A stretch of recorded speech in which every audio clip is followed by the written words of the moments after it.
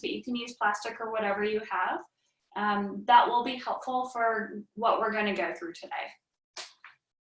So yeah, I'm just pushing it over to YouTube. Hang on, folks. Good morning, good morning. Good morning, good morning. I'm so excited. Yeah.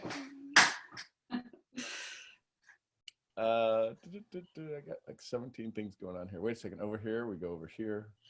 And because I got to get Doc Amy's, add an image. Good morning from Pittsburgh. Hey, good morning, RC. How are you, brother? This is Bob Kane. Oh, Bob Kane. Okay. Well, you sounded like RC. This is RC, Well, but that was there's that RC. was funny. That was my brother from another mother. There you go. There you go, indeed.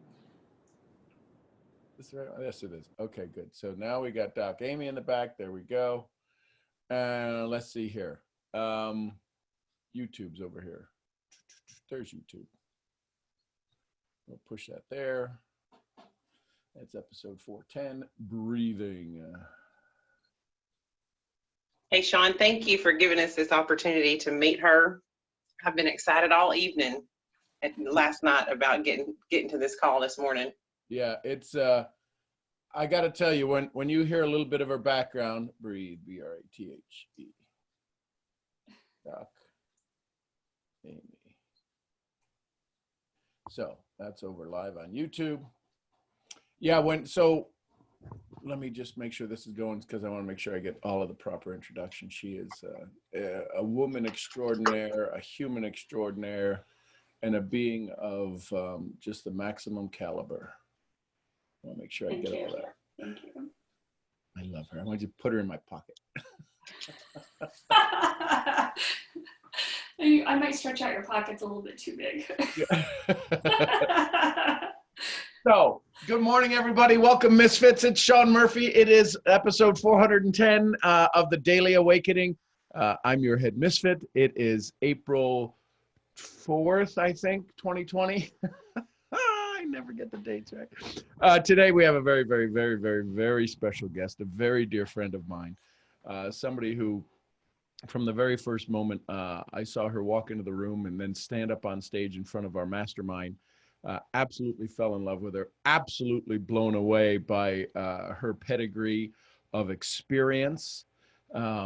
It's just incredible. So I get to introduce you to Dr. Amy this morning, somebody who, when I first met her, and Kyle Wilson, so some of you know I'm part of a lot of masterminds, but one of the ones that I absolutely love. Hey, Felicia, welcome from Arkansas. One of the ones that I'm just very proud of is for the last 6 years, I've been part of a mastermind with Jim Rohn's former business partner, president of Jim Rohn International, Kyle Wilson. I'm one of the founding members of that mastermind. And over the course of the years, people have come into that mastermind. Some people have left. But some people have come in and Kyle falls in love with them because of their unique ability to enhance the entire group, right? There's people that you know in your life, when they step into a room, they just excel the energy of everybody around them. And Amy is one of those people. And when she got up there, I got to tell you, when she got up there and she started teaching breathing, like many people, it's like, been doing that for a while. I'm pretty much think I got that down pat. But what was funny is that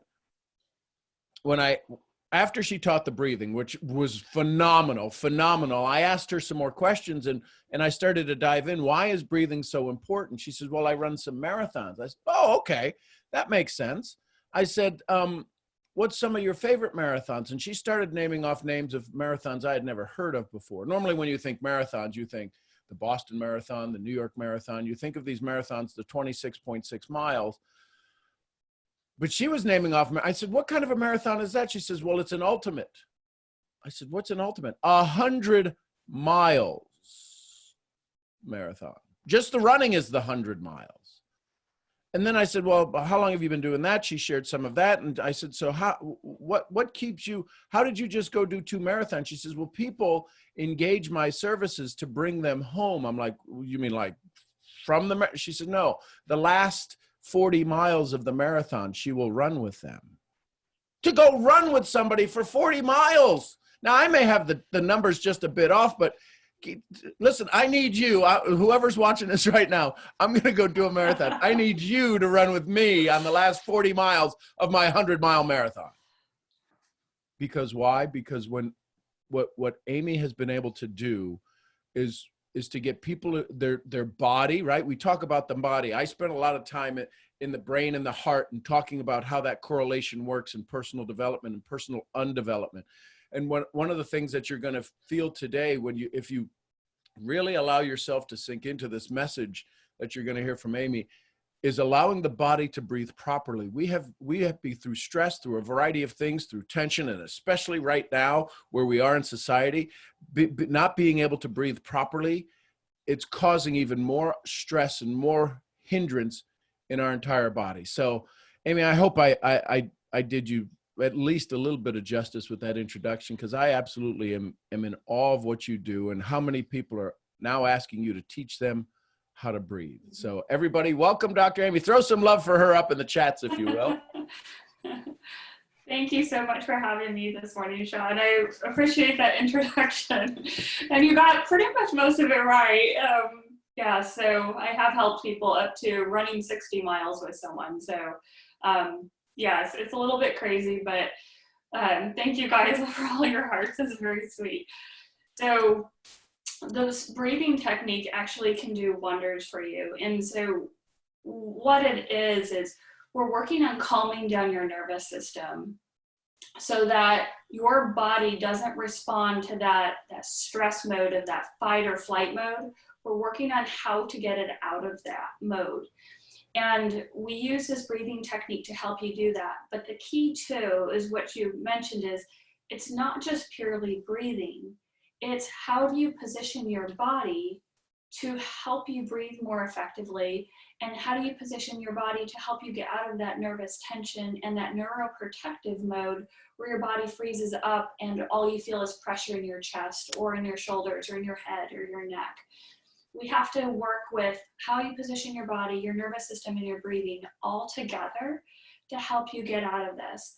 And it does take some practice, and that's why we have straws here and we're gonna go through stuff today, because we want you to get at least some sense of where we're going with this so that your body can feel a change. A lot of what I'm gonna ask you to do is gonna feel very counterintuitive.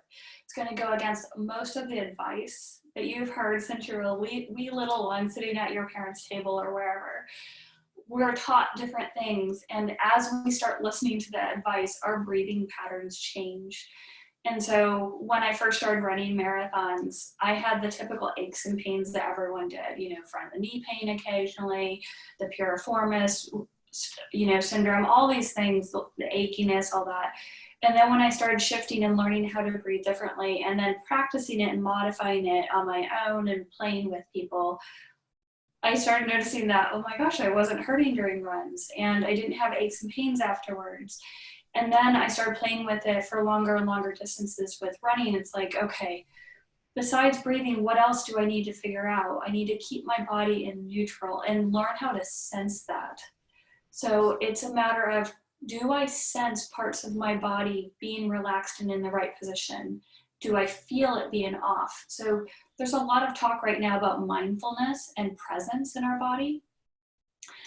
That's amazing. We need that. We also need this body sense, this presence in our body of, do I feel what's going on with the parts of my body? Or am I just kind of just going through my day and I'm in my head all day? I know how to be in my head because I'm there often, but I have to pull myself out and put myself back into presence. And even when I'm working on people, I'll catch myself and it's like, okay, no, calm yourself down, because I can be more effective when I'm working with someone. And no matter what you're doing in your day, you can be more effective by calming yourself down and putting that energy that you were using to ramp yourself up, put it towards whatever you're mentally thinking about or physically performing, but learning how to do it with the knowledge and the control of your body, that your body is calm until it needs to be hyped up. That's part of this, is we are in fight or flight mode all the time. So when we need to ramp up, it's very hard for us. And eventually you get stuff like chronic fatigue, adrenal fatigue, because your body is in fight or flight mode all the time and it can't go any higher. So what we're doing is trying to bring our nervous system back down so that we learn how to sense relaxation, how to rest, how to digest, how to sleep. And then when you need to act, you can, and that is there for you. So today we'd like to go through what are some of the steps of how to calm your body down, how to breathe differently, and how to feel and sense that. Does all that sound good, Sean? Yes, Amy. And one of the things that I want everybody to pay close attention to is all of the things we've been talking about being able to calm the system, breathe, right? You guys always hear me say breathe. And I get that from Amy, and and in our current state, breathing is good. But what I'm going to ask you to become aware of is as she walks you through this process, to begin to really, really feel in your body, because you will feel these shifts. I did. When she taught these to me, you're like, oh my gosh, there it is. I now know what that feeling is. Because I got to tell you, when we first started, my mind was racing with the rejection of it versus the acceptance of it. So I'm going to ask you to just sit quietly and really listen to this, because it will change the way you feel right now. It's that quick. So yeah, Amy, I love everything that you're sharing, my dear. Okay, good. So what we're going to do, and I'm going to coach you through, we're going to go step by step. So first off, if you are in a chair, great. If you're not, if you can sit in a chair that has a back to it. And I want you to sit all the way back into that chair back. And try not to have any lumbar support that's pushing your back into an arched position. I want your low back to be able to relax all the way back into that chair. I want your butt all the way back in. And if you're sitting there and your feet aren't flat, I suggest you get a book or something to put under your feet, because we want our feet grounded and our heels touching something. So the chair I'm currently in, the base of the chair is a little bit too long for me. And so when I sit all the way back, my feet can't touch the ground. So I have a little 2-inch platform that I put under my feet, just so my knees are at the same level as my hips, and I can settle into my chair. The act of sitting is an act of rest and relaxation, but we take it to the other extreme by sitting at the edge of our desk, or at the edge of our seat, sitting up, or sitting on a big bouncy ball, or trying to put ourselves rigid. The act of sitting is one that our nature, it's supposed to be one of relaxation. We need to take advantage of that, especially if we're doing something mental or mind challenging, like work all day. You don't want your body to take on extra stress by trying to put into this extreme upright rigid posture. We want to let go. So the next thing that we want to go through is let your belly go. Let that belly button hang out. Here's the reason why. When we suck up our gut, throw out our chest, and pull our shoulders back, that puts us into a fight or flight mode. When we lift up our rib cage high and suck up our gut, all of a sudden we're going to change our breathing patterns. And the reason why is our diaphragm needs our side abdominal muscles in order to support it to work efficiently. There's a dome structure in your diaphragm, and so when the dome goes down is when you inhale, and when the dome goes up is when you're exhaling. But we need our side abdominal muscles to work to support that. If our belly is sucked in and our ribs are up, our side abdominal muscles are not kicked in. So the only way you can breathe from that posture is you have to lift up your ribs, and you're going to use your neck, your shoulders, your back to breathe in.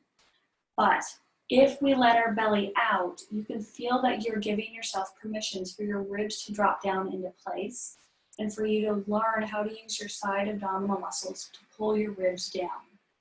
When you do that and pull your ribs down, you provide an anchor of support for your diaphragm to work. That is important because our diaphragm helps stimulate a nerve to calm us out of fight or flight mode into relaxation. So that part is important. Most people don't like to see their gut and don't like to see their belly out, and I understand that. None of us like that. But I'm hoping that you're in a private area where you don't mind letting your gut out and letting your belly go out. That is huge. And so and here's another reason why, is when we're exhaling, we're not gonna suck our gut up and in, we're gonna let the belly stay out. So what I'm talking about is actually not breathing through your stomach or belly breathing. We're talking about diaphragmatic breathing. So I know there's a lot of people out there, and this breathing is different from other types that are out there. And so what I'm talking to you about is the type of breathing I used to teach people to get them out of surgeries and out of stress, anxiety, and pain. So we're not talking about pushing your belly in and out when we're breathing, and we'll go through that and how it's different. We're talking about using your side abdominal muscles to support your diaphragm. If you breathe in and out of your belly and you push it in and out, you're going to lose your side abdominal muscles, which isn't going to help you as efficiently support your diaphragm. So I just want to clarify that as well. So as we're going through this, we're working on the belly button. We're working on the belly button relaxing to give our chest permission to relax as well. Okay, we all good so far, right, Sean? Yes, we're great. Okay, so why a straw? Well, first off, we use a straw because it helps us keep our mouth open. And so as we're blowing out through the straw, we're not pursing our lips together, which when you do pursed lip breathing, it creates pressure in you. We want to think about our breathing as being open. We want no kinks in that hose, and we want to just let the air out. The other reason I use a straw is because I don't want you to huff air out. I don't want the air to just disperse. I want it to be you to be creating a cylinder of air, so your ribs create the cylinder that they're naturally designed to be in. Our ribs will follow how we blow out. So if we blow out in a huff, our ribs kind of flare out. But if we blow out into a cylinder, our ribs model that. The other reason for a straw is it also helps give us some auditory feedback, so we hear a whooshing sound and we can get into a rhythm and we know how it sounds. And then there's another reason for using a straw is a lot of times we clench our teeth or grind our teeth, and that's a source of tension. When you do that and you stimulate your jaw muscles, that creates tension throughout your body. So if you have a straw in your mouth and you have it just between your lips and you're not touching your teeth on that straw, you start to learn how to relax your jaw muscles and to keep your teeth apart for a period of time. And while you're breathing, you're resetting your nervous system. So it's a great time to practice this so you are not clenching your jaws.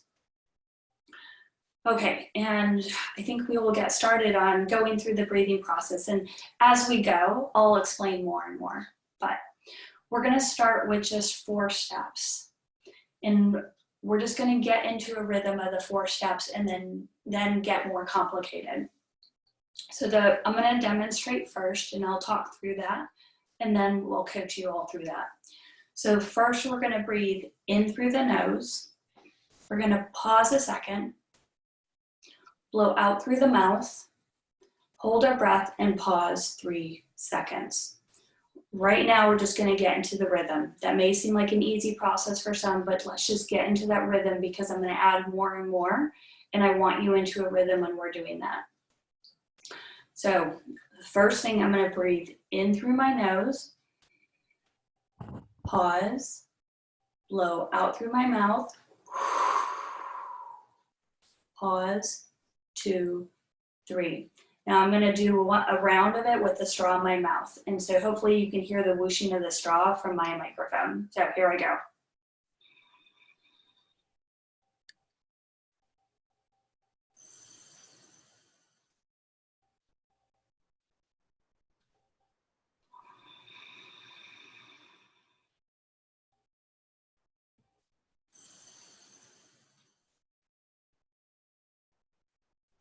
Okay, so as I breathed in, it wasn't a deep breath in. My chest was not lifting, my shoulders were not lifting. It was just a natural, relaxed breath in. Then I paused a second just to give myself a chance to gather myself to exhale. As I'm exhaling, I'm blowing out in a strong but relaxed manner. I'm not punching it. I'm not doing it too long and soft. I'm giving a forceful breath, but it feels relaxed because I'm just allowing my body to open up. I'm not cinching off my waist. I'm letting my waist open, and it feels like a wave just going through me as I just let air expel. And then we pause at 3 seconds to give the diaphragm a chance to reshape so we can inhale. Okay, so we are going to get started. So if you have a straw, go ahead and put it in your mouth. Amy, I just want to say you said something there that really, it hit me because I hadn't heard it before. I heard it before, but it didn't sink in. We pause to give the diaphragm a chance to reshape. Yes. Yes. That's I as many times as I heard you say it, it didn't sink in till just now. I'm glad. And a lot of people, one of the reasons we hyperventilate is we don't pause, and then you're going into an inhalation. And so you are not able to exchange air back and forth quickly. And so you really want to have that pause so your diaphragm can reshape into the highest dome possible. So then you can inhale and get in as much fresh air as possible too. So this is good. Thanks. Okay, so I'm going to coach you through this stuff. Let's have you sit back in your chair, let your low back relax, allow your butt to curl under you and round yourself out. Then you're going to let your belly out. And I encourage you to put one hand on your chest, on your breastbone, the other hand on your belly button. If you have that straw, go ahead and put it in your mouth. And now we are going to breathe in through your nose, pause, and blow out through that straw. Blow all the way out. Keep blowing all the way out, and then you're going to hold your breath, pause, pause, breathe in through your nose, pause, and blow out. And as you're blowing out, I'm going to continue talking. We're going to just get into this rhythm, and then I'm going to instruct more. Hold, 2, 3. Gentle breath in your nose, filling your throat. Pause and blow out. Blow out through the straw. Hear the whooshing sound of the straw. And relax in your belly. And hold. 2, 3. Gentle breath in your nose to your throat. Pause and blow out. Now see if you can feel your breastbone and sternum sinking under your hand as you exhale. Pause. 2, 3. Then gentle breath in your nose to your throat. Pause and blow out. Feel your chest drop away from your hand. Feel your belly come out as you're exhaling and spilling out into your other hand. And hold. 2, 3. Gentle breath in your nose to your throat. Pause and blow out. Feel your chest melting away from your hand as if your chest is deflating. Think of a balloon deflating and your belly is getting bigger. Hold. 2, 3. Gentle breath in your nose to your throat, keeping your shoulders relaxed. Pause and blow out. Feel your chest drop down and in. Feel your ribs start to drop down towards your belly as your belly spills out and your low back relaxes into the chair. You're going to hold. 2, 3. And gentle breath in your nose to your throat, keeping those shoulders and head relaxed. Pause and blow out. Feel your chest drop in. Feel your armpits relaxed, giving yourself permission to allow your ribs to drop down and your belly to come out as your low back settles further into that chair. And hold. 2, 3. Gentle breath in your nose to your throat. Pause and blow out. Feel like your ribs are melting under your hand. Feel your pecs releasing as your chest gets away from your hand and shirt. And then hold. 2, 3. Gentle breath in your nose to your throat. Pause and blow out. Feel the wave going through you as your chest goes in, your ribs go down, and your belly comes out. Hold. 2, 3. Gentle breath in your nose to your throat. Pause and blow out. Feel your whole chest dropping in. Feel the muscles releasing as your ribs go down and your belly spills out, remembering that your belly is your gatekeeper. Hold. 2, 3. Gentle breath in your nose to your throat. Pause and blow out. Keep feeling your chest drop in. Feel your pecs release as your ribs soften in. Your belly comes out and your low back relaxes into the chair. And hold. 2, 3, and take a break. So what we went through was several minutes of this. And as you settle into this more and more, you will feel yourself breaking down more and more and more. So each night I teach this and I work on different aspects of the breathing. I threw a lot at you right now just because I want to give you guys all a tool to start practicing.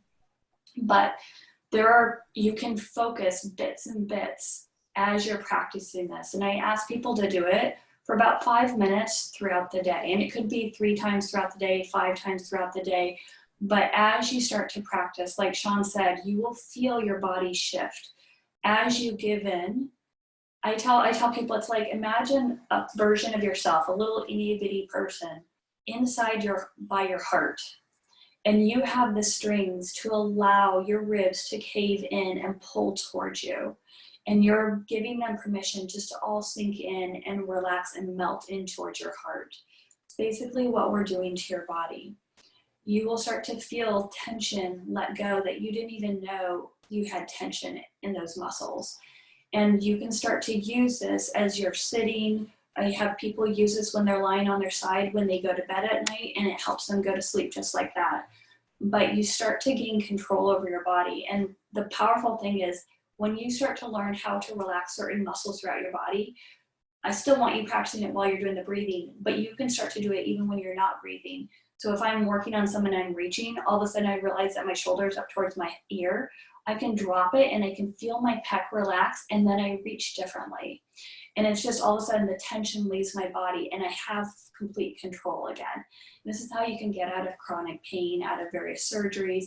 You start to have control of your body because you're learning skills of relaxation that your body has forgotten over the years of layers of stress that have added on top of each other. So the more you can practice this in short increments, it's not something that you want to just go and do all the time because your body will reject it because it's too much of a change. So I tell people little bits at a time as you're practicing, and as you get better at it and your body accepts it, your body will start to shift and you will start to be this way more and more. But don't go start practicing for hours on end because your body will reject it and you will have other issues. So I just coach people a little bit at a time because it's a new concept. Just think you are learning a whole new skill. Pretend it's a whole new thing that you are learning about your body. And so we just need to introduce it a little at a time. So. Doc, some people are saying they felt a lot less stressed. They feel relaxed. One woman in Panama said, my back aches a little bit. And another one said, I was thinking mine did a little bit too. Maybe it's a release of tension. So what would you share with him on that? So if your back aches, that means you're arching your back and you're trying to throw out your belly. So as you're blowing out, don't blow out so hard. I want what you may need to do is put something under your feet to lift up your knees a little bit to encourage your pelvis to roll under you. And then as you're blowing out, relax your back. I want you to really focus on your back relaxing and letting your belly go. When people feel a little bit of a backache, that means they're using their back to exhale, and we want to curb that and stop that. So we can set you up by having you lift up your knees and feet a little higher to encourage you not to use your back. And then as you can feel that part changing, then you can lower your feet back down. But it's an indication that you're using your back to breathe. So, and some were saying they felt their back pain actually reduce and it released some stuff. Mm-hmm. So would that be saying that they were maybe in more of the correct posture? Yes, so their body was in the correct position. And so if they felt their low back release, that means their position was correct and they were using the correct muscles to exhale and their low back muscles were starting to let go. So I tell people, when you feel pain, that means your body is out of position. Always keep that in mind. A pain is your signal that your body is out of position and saying, please change, please help. So when you feel something, that means, okay, I need to adjust my position or something that I am doing that's contributing to this position. And so that's why I said, okay, lift your feet up a little bit higher, let your pelvis curl under, then practice the breathing so you're not using those back muscles abnormally. For the people who felt the relief, they were in the correct position and they could feel their back release. Gentleman in Pennsylvania said, I'm actually Michigan. He said, I felt like towards the end I needed a bigger breath. I know I remember that when we went through this the first time. I was like, I wasn't quite exhaling or inhaling enough or something. That means you're doing it correctly. So, hey, I passed. Yeah. So as you are working on this, and what happens is you start to realize how much tightness you have in your upper body. As you are practicing and you're getting more and more air of the dead air and bad air out, you'll start to feel relaxed, but there is this transition when you're first learning that you feel like you can't get enough air in and you feel like you need to take a deep breath. That means you are not using your accessory muscles to breathe in. So that by the time we got done, you're like, okay, I need bigger air in because you hadn't been using your shoulders and neck and all those muscles to breathe in.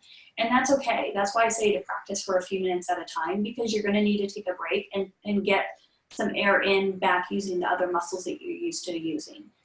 There will come to a time where as you're blowing out, you blow out and your ribs stay down, and then all of a sudden you inhale and all the muscles in your upper body just relax and you get the air in without trying.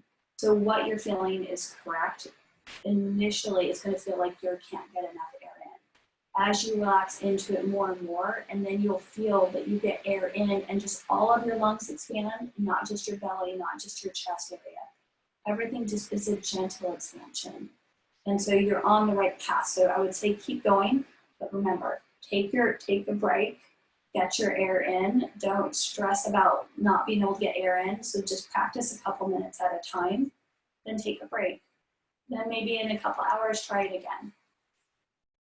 I'm going to ask you to walk us through it one more time because everybody's Sure. body muscle memory just went back to the old breathing. There's no doubt. Yes. So I'm going to, so that they can feel that on their own, they can actually walk themselves back into it. Before they were trying to feel it.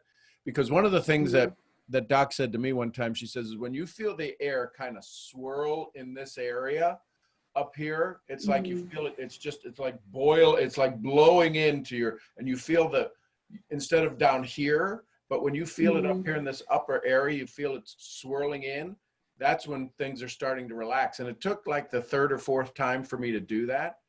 And I was lucky enough that she was actually there and we were doing it in the, where we were having the after hour cocktails, and you were literally pushing on my chest saying, relax that, move it away from your clothes, get it away from your clothes. And you think that this little peanut of a woman might not be that strong. She had some force going on my chest. So this breathing, is this related to, or is this diaphragmatic breathing? Is that, somebody asked, what's this breathing called? Yeah, so I call it, my method for it, I call PABR, Pain Awareness Breathing Relief. And so what I'm working on getting you to do is to use your diaphragm based on physiology and how the inner workings of your body works.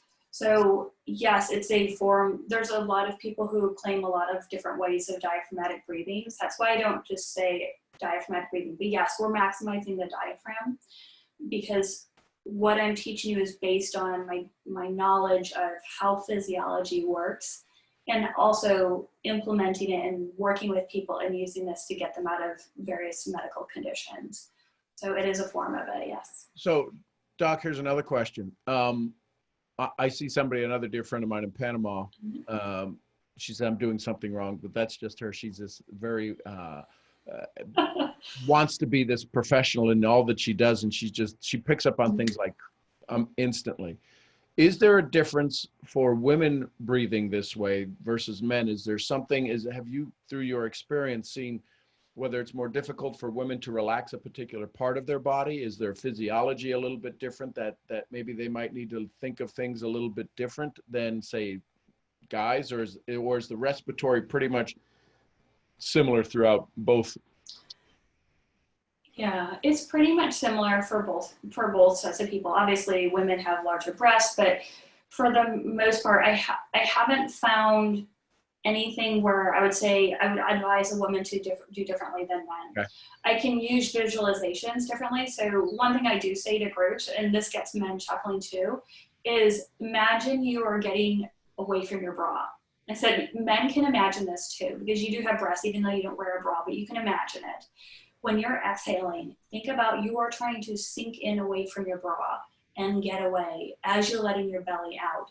And that's what the deflation of your chest feels like. And you'll start to feel the muscles all around your breastbone just relax. But other than that, I mean, men do have a tendency to have this kind of barrel chest where they stick out their chest. So, but women do that too in a different way, where they pull their shoulders back more and stick out their chest. Whereas men have a broad chest and pull their shoulders out to the side, and women pull their back. So those are slight differences, but it's still the same thing. Let your chest deflate. Let your sternum go in. Let your breasts sink away from your bra, your shirt, or whatever you want to imagine. So pretty much it is the same technique, and you can just use different visualizations. Yes. So I'm going to ask Doc to walk us through another session of breathing, but another point is that she's a world-class photographer. She's been flown to locations around the world, from Antarctic to a variety of places, the mountains, to actually photograph wildlife. So when you see those penguins up there, Brianna, she's in St. Thomas. Yeah, she's actually been with penguins and taken pictures with them. Yeah, those are my guys up there. They're actually a symbol I use for my companies, because they are a symbol of strength against adversity. They go through really hard times, and they have to face much adversity and go through a rebirthing process almost every year. So that's why I have them as a symbol for the PABR Institute. So. Excellent. So let's everybody just go ahead and walk us through another session from the start, and get us all breathing maniacs. Awesome. Okay, so here we go.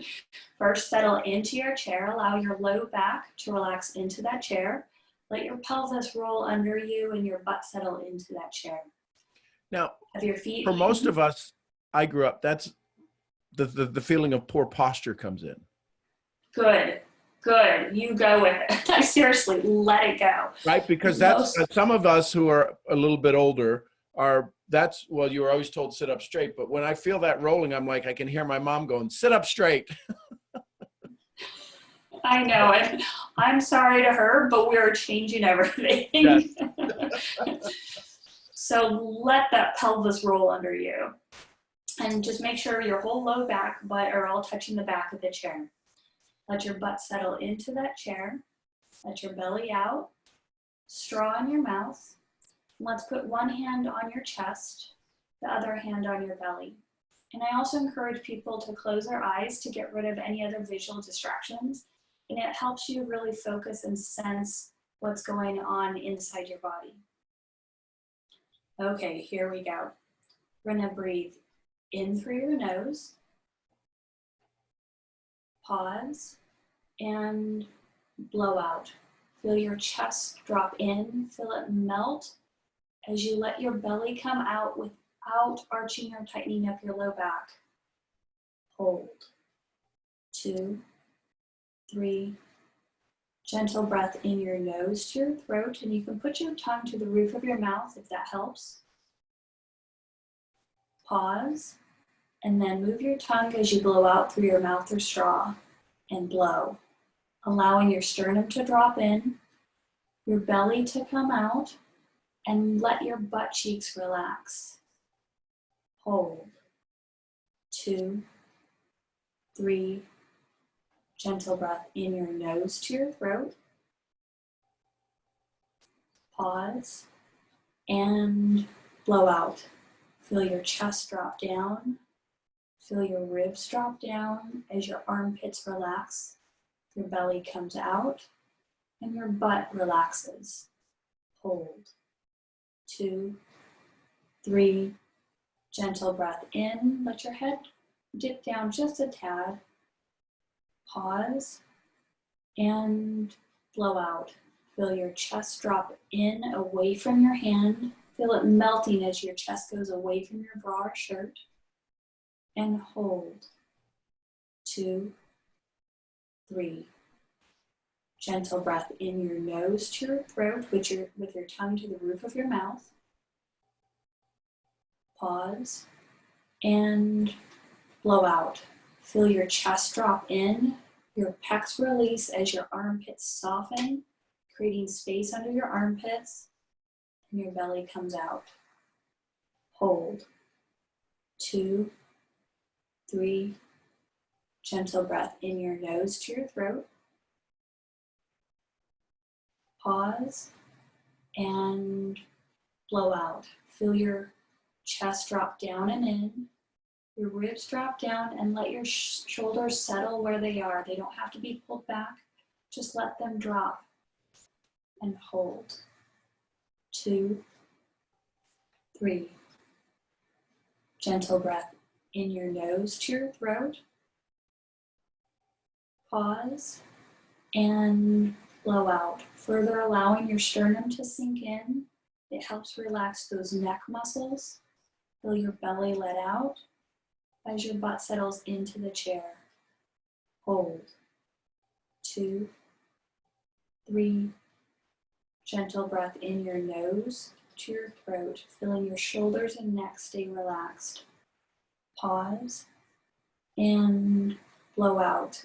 Feel your armpits release, allowing your ribs to drop down, your belly to come out, and your butt to relax into that chair.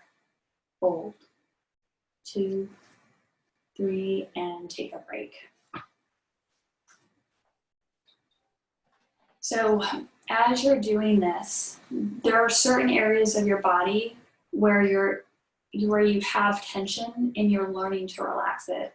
So I saw someone's comment about their headache going down. So a lot of time headaches are caused by tension throughout the neck muscles and upper shoulders.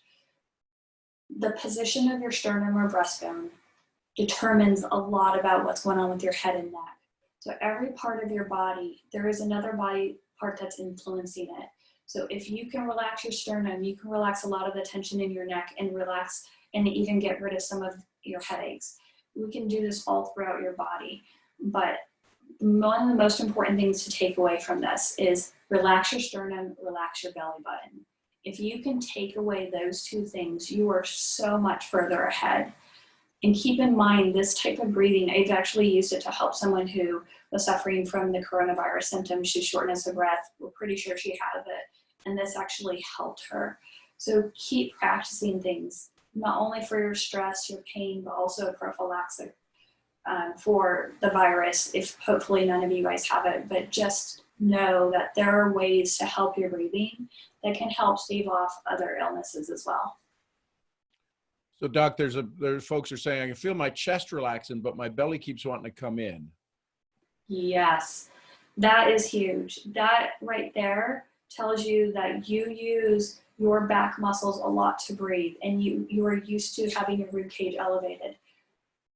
when you feel your belly come in, it is going to take some concentration and practice of letting that belly come out. Initially, sometimes I have to have people push their belly out as they're exhaling just to help shift their brain to allow this to happen. And then after they feel it a few times, then it's a matter of, okay, now just let your belly come out. And you might have to visually look at your belly and have your hand there to keep watching it to make sure it comes out. It just tells me that you are so used to sucking your gut up and in when you exhale, and that doesn't serve your body. It actually pulls your body out of position and creates tightness and tension. So it just is going to take some more conscious awareness of possibly looking at your belly and really just focusing on it. So folks, I'm looking at some other stuff. People, again, I felt like I was out of breath because this time they were finally starting to relax, right, from the first time. And that's why we go through it again and again, right? So, yeah, explain that again, where somebody's like, well, I feel like I'm out of breath, because I know that feeling. I remember sitting in there in the meeting room with the mastermind and feeling that. Sure. So you are used to using different accessory muscles to breathe, whether it's your shoulders, the muscles in between your ribs called your intercostals, your neck, your back. You're used to using those muscles to lift up your rib cage to get air in. We are taking away from that, and we're trying to get you to stop using all those muscles to breathe. Those muscles, when they're overused to breathe 12 to 18 times a minute, they are a source of tension and pressure in your body. So as we stop using those muscles and you're learning something completely new, it's going to feel hard to get air in because you're trying to shift to use your diaphragm to get air in instead of those muscles. So it's going to feel like you're out of breath. Another reason, which I forgot to mention earlier, that it may feel out of breath is I'm slowing down your breathing. And your pace of breathing, you might have to go a little bit faster than what I was pacing you on initially. And then as you get used to this type of breathing, your breathing will be able to slow down into the pattern that I was doing. So sometimes your 3-second pause might be 2 seconds or 2.5 seconds. And it might be you count 1, 2, 3. And as you get better at this, you will slow yourself down too. And as your upper body learns to relax and you shift your breathing towards this, you will get more air in naturally, and it will be like a vacuum of air that comes in, not you putting effort to get air in. Somebody mentioned I felt my heart beating through my whole head and body.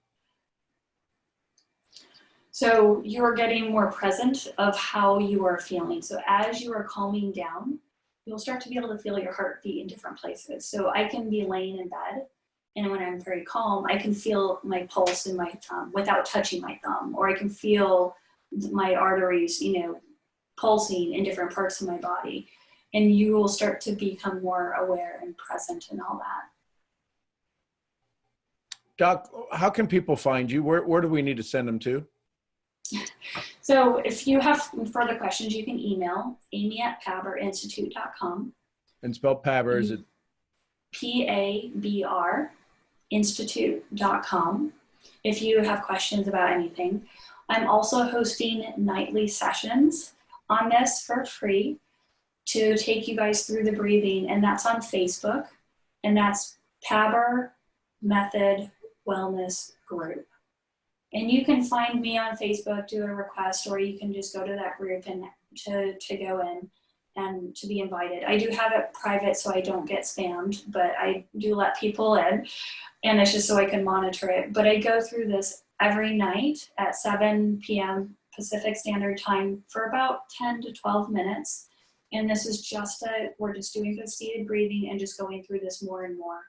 But if you have further questions, or if you have specific things that work on for you alone, please send me an email, and I'd love to hear from you. So, Doc, what's something that you wish you wish they could take away from all of your experience? What's one of the reasons why, if they really focused on this, it's a lot of change, it's a lot of muscle relaxing, it's a lot of presence that needs to be aware. But what's the biggest thing that you wish you could already instill in them that it would make it easy for them to go through this awareness? What's the biggest takeaway that you've seen from learning how to breathe this way? The biggest thing that I wish I could give people is the ability to feel their breastbone, or sternum is the medical term, relax. When everything starts there, if you can feel your sternum relax, you regain control of your body and you can change anything about your body. I've seen people get off blood pressure medications, take less insulin for diabetes, get out of major orthopedic surgeries, knee replacements, ACL tears, rotator cuff tears, neck and disc herniations, all because they learned how to control their sternum. If you can learn to relax it, you can change so much about your body. Combining that exhalation with your sternum relaxing is one of the most powerful tools you can have about healing. So folks, let's, actually you can come off and unmute and just send some love. Tell Dr. Amy you appreciate Thank her. you, Amy. Thank you so much. Thank you guys. Thank you. so much, You're Amy. welcome. Appreciate it. Thank you. Thank you so much. Appreciate it. Thanks a lot. Thank you. You've been wonderful. Thank you. You're welcome. Thank you, Amy, very much. Thank you, You're Dr. welcome. Amy. Thank you, You're Amy. welcome. Thanks, You're Doc. welcome. Thanks, Doc.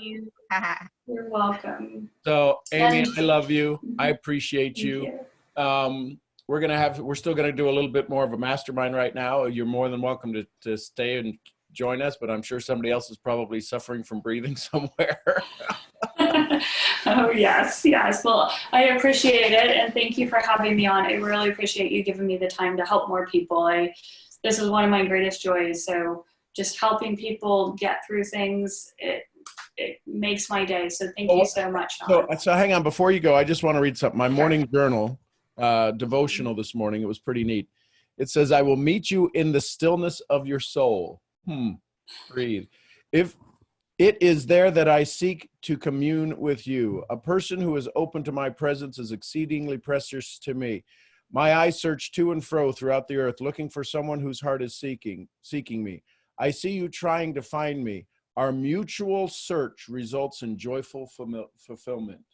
So, Amy, your search to help people become better, to breathe better, to enjoy life better, to actually be able to withstand everything they're about to do, whether it be their mental toughness, their physical toughness, the family stresses, the life stresses. Breathing is at the core and the foundation, and probably even more so than posture, because posture sometimes even takes us out of our good breathing. So thank you for your passion. Thank you for your mission. I'm just so honored to help you further the ability for folks to actually breathe a little bit better today.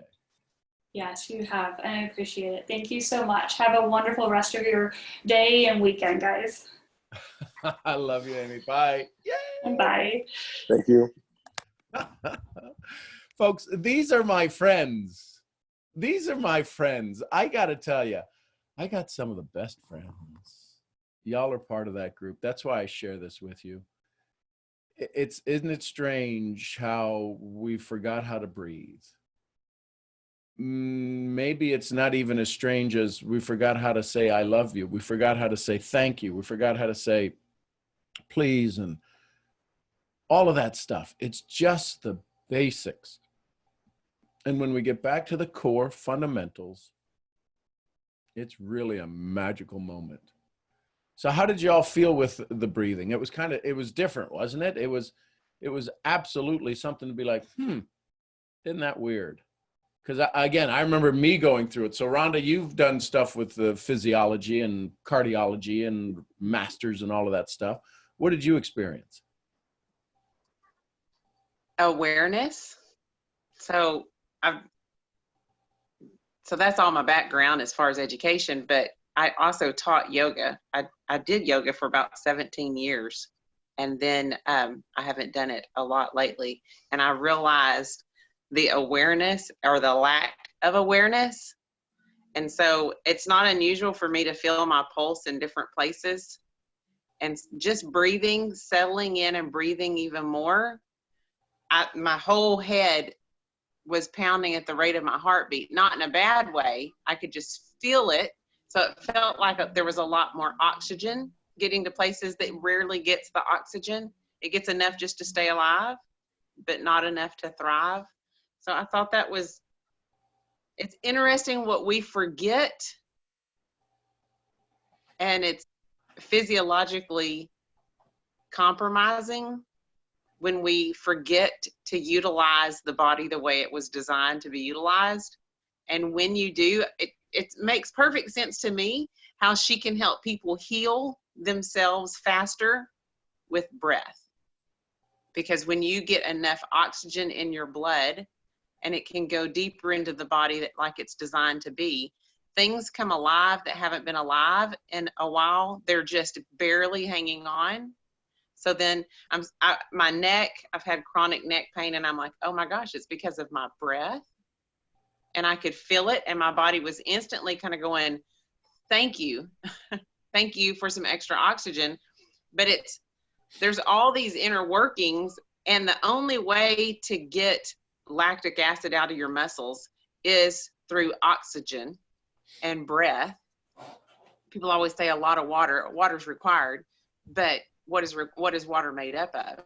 So, H2O, hydrogen and oxygen. So you've got to have more oxygen on board. So as you are breathing this oxygen and getting it in sync with allowing everything inside to rest while you're breathing, it makes perfect sense to me how this is therapeutic, but it's healing.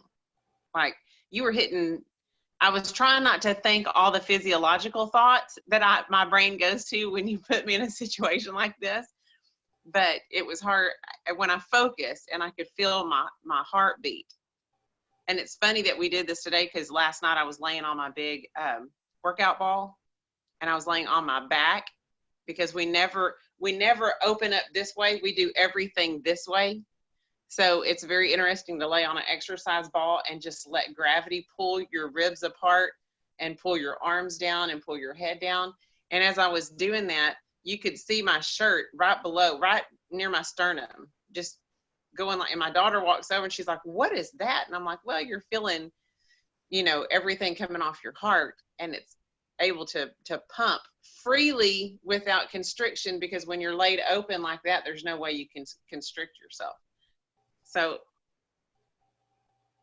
you tie that in with your mental state, with your psychological state, it makes perfect sense how that's amazing. Like, that's amazing what she's doing. And it's so simple. So then it reiterates how simple we can make huge changes from just one simple change, and concentrated effort on one simple change. So I would be really curious to see how she how she mixes running and breathing. Like, that would be really curious to see how she helps people get through that type of state. Well, and I forgot to ask her to tell the story, but she was at a marathon, and one of the guys came running across, record breaking, and he collapsed just to the other side of the finish line, and he couldn't breathe, and everything was cramping, and everything was doing, and they were screaming for doctors, and he was in really bad shape. And she went running over to him, and she was whispering in his ear. I think it's even on the news. You can even whisper it in her. She was whispering in his ear. And all of a sudden, in about 2 minutes, he got up and walked away from the scene. Wow. Was she just teaching him how to breathe? She wasn't teaching him at all. She whispered in his ear how to breathe. She got him back out of the fight or flight. And she said, breathe, drop this, feel this. And what you just experienced, what she just talked us all through, she talked this world-class athlete in 2 minutes and got him to be able to stand up and walk away from the scene. This makes perfect sense when you think about adrenal fatigue and what adrenal fatigue will do to you, and how a lot of people will go on medication for adrenal fatigue. And adrenal fatigue oftentimes is just us living in a constant state of fight or flight. So then we don't rest well, we don't sleep well, we don't eat well, we don't communicate well. Nothing's done well because of fight or flight. And then we wonder where all these chronic diseases come from, or autoimmune diseases. I've since living through one, I am a firm believer that living in fight or flight and it will kill you. Let's just say it like that. It'll kill you. And learning a method like this is one reason why I gravitated towards yoga when I was so sick, because I couldn't do anything else. I'd gone from teaching aerobics and teaching weight training and all that kind of stuff to yoga because I had to slow it down. And one of the things I loved about yoga was breath. But it's a different kind of breathing they do in yoga. And they actually teach you to relax and then contract. This is very different. She teaches you to relax and relax. So do what? No, I was giggling. Yeah, no, that's cool. That to relax and relax. Yeah, it's a relax and a relax. So in our world, we think relax, contract, because we're all into weight training or we're into, movement of certain types. What she reiterated in my mind from what I learned is when you relax and relax, the body actually can work as it's designed to work, and it will contract as needed, not as required. So your body has muscles that are antagonistic muscles in every move you do. But if you keep both of them tight at the same time, when you're working a muscle, that's how you get pulled muscles, because you've got both muscles tight at the same moment and neither one of them can relax and let the other one do its job. And then it's just the fight or flight, and then everything is just rock hard. And some people like that. It's not a good place to live. That's what will make you sick. It will make you ill. So I like the relax and relax. That's kind of glad I said that. Pat myself on the back for that one. If I wasn't so sore, I'd do it for me too. But RC, you got your hand up, brother. Hi guys. So Rhonda, you made a comment about relax and relax. So I'm a retired runner because of some knee surgeries and whatnot, but I've done 26 half marathons around the country in some different elevations, different places. And so with the breathing, this was absolutely huge. I mean, and you said it about relax and relax. So if you've ever run and if you ever got a stitch, a cramp, you have to work through that. There's different reasons why it happens and whatnot, but nevertheless, it's that breathing that'll get you out of it, and that relax and relax to allow other muscles to actually work to get you and to get your mind set and while you're running. And even though the half marathons are only 13.1, not the ultras like Doc does, but well, that never existed back then. But Nobody was that crazy. Yeah, I know. I mean, but I have friends that do it.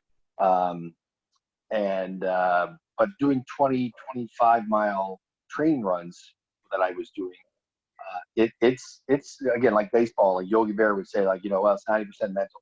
It truly is. But this breathing, and the breathing I've actually learned from running, somebody mentioned singing as well.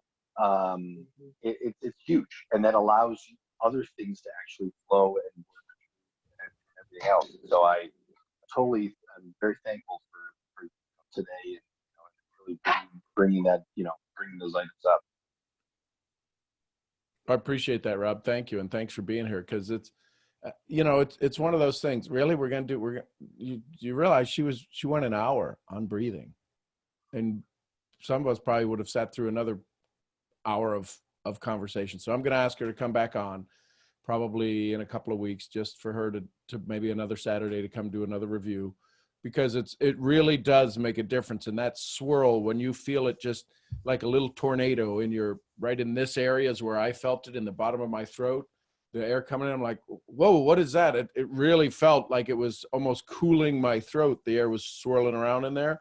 She goes, that's just you relaxing. That's relaxing the windpipe and all of this stuff. I'm like, how tense was I? She goes, well, you were pretty tense. I go, me? She goes, yeah, I know. I was surprised to see how tense your respiratory area was. I'm like, okay.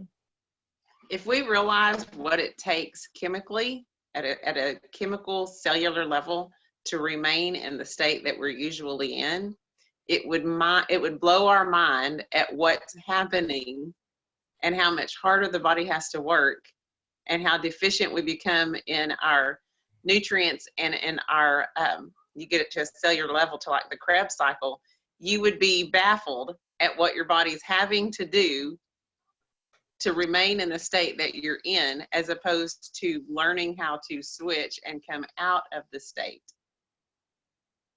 and be in a more relaxed state. So I loved all this. Oh, I could sit with that woman and probably pick her brain for hours and have fantastic conversations, because it's, yeah, the Krebs cycle is very intricate, Ashley. And everything in our body's a cellular level, and holding on. I was just sitting there thinking about myself, feeling all that neck tension and holding on to that. So it's actually the perfect pairing, listening to what Sean is teaching us and how we're going through the psychological aspects, and then pairing it with the physical and learning how to breathe and get out of our way as far as the physiological side. That's a recipe for some amazing success and some healing through your body and mind and mental state. So it's all connected. That was beautiful.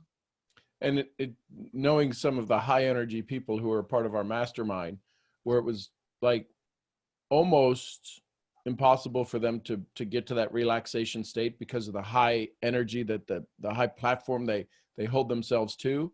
But once they did, it was incredible. You could physically watch their body change, because we took them up to the front of the room, because she took them up going, "You're just too tense, come up here." And so she walked them through, and you could just literally watch the shoulders change, watch the spine change, watch the legs relax. You know, it's tough when you watch somebody's thigh muscles all of a sudden relax a little bit. You know, they were on a little bit of a high tension. Right. Hey, Latoya. Hello, my love. What's your question, my dear, or comment? Good to have you here. Same. How y'all are doing? I'm actually in the middle, about to get ready to do a women's conference call this afternoon. But real quick, I thank you for this training right here on how to breathe. And because I changed up the way I sleep, and this really just went hand in hand. I no longer sleep like flat on the bed. I sleep sitting up. I know the change in my breathing, because I hear everything, like even through meditation, I hear my heart, I hear like the pulse and everything. And I think you touched on this, because I realized even like so many years I was breathing wrong. And when she touched on it, it gave me an eye opener, like, wow, I see why sometimes we had cramps in the neck and this, that. It's just the way we breathing. And I thank you so much, because it took me on a memory lane, just how I was breathing all this time, even like from exercise and running track and all that. And thank you so much for this. I really needed this. I came right on time on this call. So I thank you all for this, for sharing this, because a lot of people don't know this. And No, this they just don't. the basics. Yeah, this is really like the basics, but we don't know, you know? So, but thank you for giving us this eye opener so much. And thank you once again. It's just all gratitude. I just can't thank you enough for this. I appreciate it, Latoya. Thank you for being here. Thanks for doing it, because again, we all take this with us. There was 80 people on the call when she was walking us through that. I thought that was on a Saturday, 80 people. So I applaud each and every one of you for bringing folks to that, and you changed their life. You gave them something they can walk away with, right? That's wisdom. That's mentorship, allowing people to walk away with your wisdom. So you're the source that brought people to this morning. So I appreciate that. That's amazing. Ashley, you got your hand up, my love. Hey, everybody. Good morning. Good morning. Good morning. Good morning. No, I was saying that actually was really like with Rhonda, what you were saying, how it all really coincides. But the breathing was so funny, because how she mentioned about if you were having back pain and to like put something under your feet. So I put pillows under to do breathing the second time, and it literally, the pain like disappeared immediately. And then the thing that I noticed was that I actually could feel myself, not like an I don't want to say it was like an out of body experience, but I don't know, it was just different. Well, it was I out don't know of if anybody that else old got body. that. Like, It's just, you had new neural pathways, you had capillaries that were opening up. You had all of this stuff. You were feeling parts of your body you hadn't felt before. But it was just nice. Like, I feel great, like really, like actually relaxed. Well, Actually, Go you ahead. hit on something, and sorry guys, but when you nursed a child, I breastfed my child for 22 months, and when you nurse a child, if you get a good lactation consultant or a good mama that's done it quite a few times, the first thing they'll tell you is put something under your feet and raise your hips up. Because when you nurse a child, not only are you feeding that child, but there's a release of oxytocin in your body, and it's designed to do so. So the mom will relax. And oftentimes you'll notice when you nurse a child, you'll want to go to sleep and you'll rest. And it's meant for, that's exactly how the body is designed. But one of the first things they do is they tell you put a footstool underneath you so you can elevate your knees and have them in line with your hips so everything inside of you can rest. And it's actually, for women at that moment, it's actually to pull the uterus back in and up into its proper alignment. But it can't do that when the knees are lower than the hips. It has to work so much harder to get the body back into alignment to where it needs to be. So the reason you liked that is it, for us females and everything we got going on downstairs, it pulls everything back to the place where it can relax. And it's not in such a state of, oh my gosh, because whether you want to know it or not, sitting with our knees too low, it puts women in a state, it puts men and women both in a state to where physiologically everything around their hips area, the uterus, everything has to sit differently, and it puts it into a moment of stress. And women, our womb, women, because of what that is, and because of where the hormones come from, the ovaries, and how the uterus functions throughout that, it puts a lot of stress inside the body, which then transfers into mental stress, which then that shuts our breathing to where we're breathing like we're breathing instead of how we should be breathing.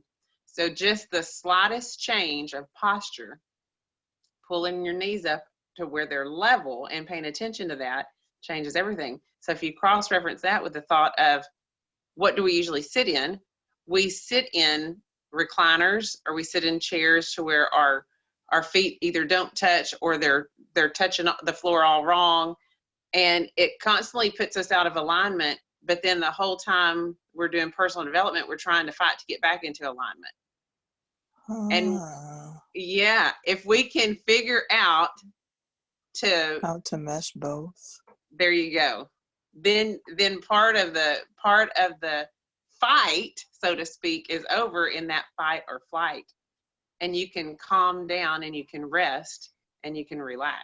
So as soon as you said knees and feet, I'm like, oh yeah, every time I latched Amelia on, I either had to have the right chair, or I had a whole breastfeeding station, and I could just slide that footstool over and stick my feet on it.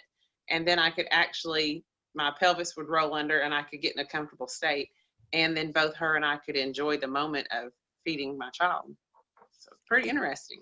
Interesting. Mm-hmm.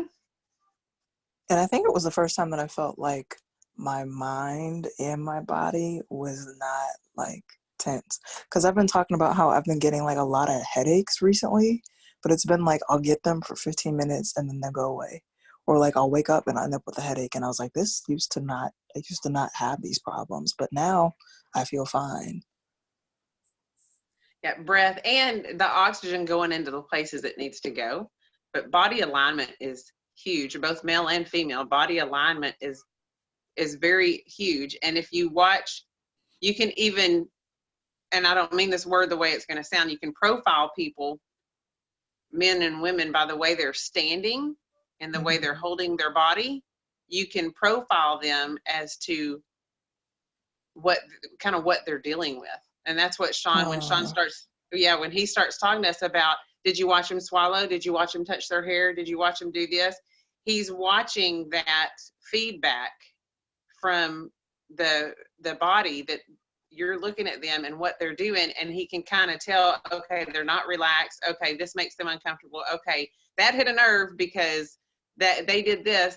You can watch someone's body, but then when you sit with yourself and watch your own body, you can do some self-analysis and self-awareness and you can figure out what is it that caused my shoulder to go like this when I thought about it.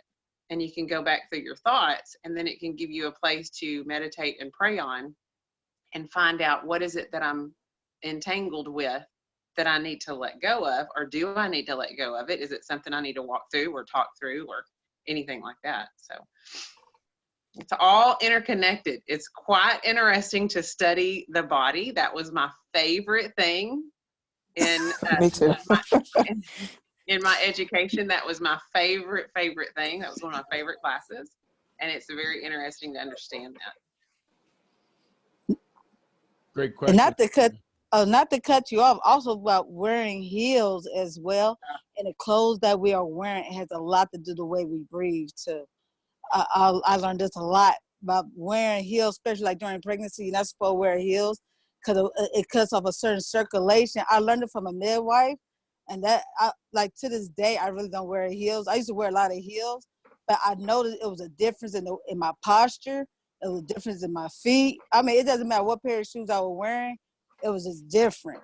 So yeah, it has a lot to do with this. Hey, Latoya, I found, it's funny that you say that. Sorry guys, play your ears. I found proper undergarments for us girls, some bras without underwire, because underwire is so terrible for our bodies. Facts.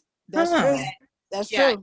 Yeah. Yeah. No, if you're curious, y'all can message me, because I have to have some support, and they work well, and it keeps metal from being right up against my body all the time.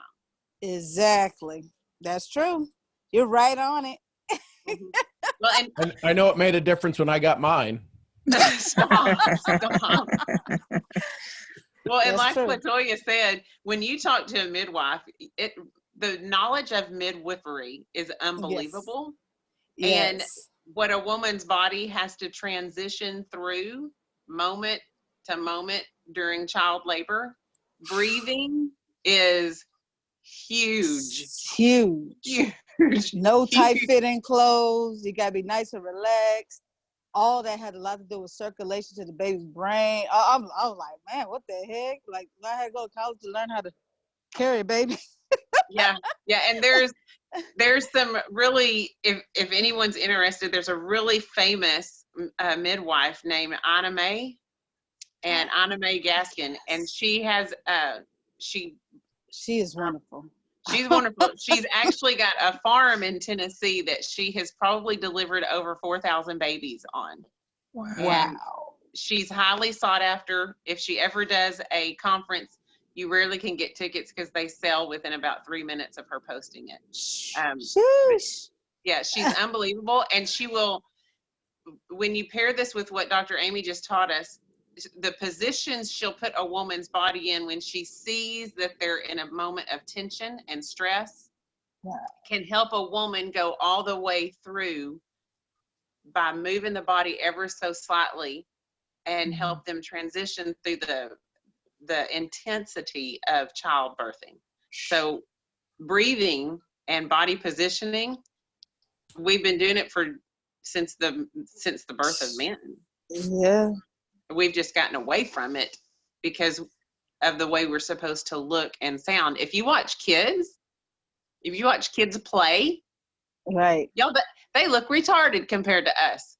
But actually, we're retarded compared to them. They will play. They'll put themselves in positions and walk around looking crazy, running crazy, and it's what our body's naturally designed to do, and how we're supposed to sit and stand.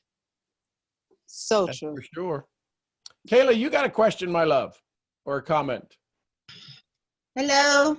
Hello, Kayla. I was gonna put my camera, but then Rhonda remind me that if you see me, you read me. So. Kayla, we want to see you. Put your camera on, you crazy woman.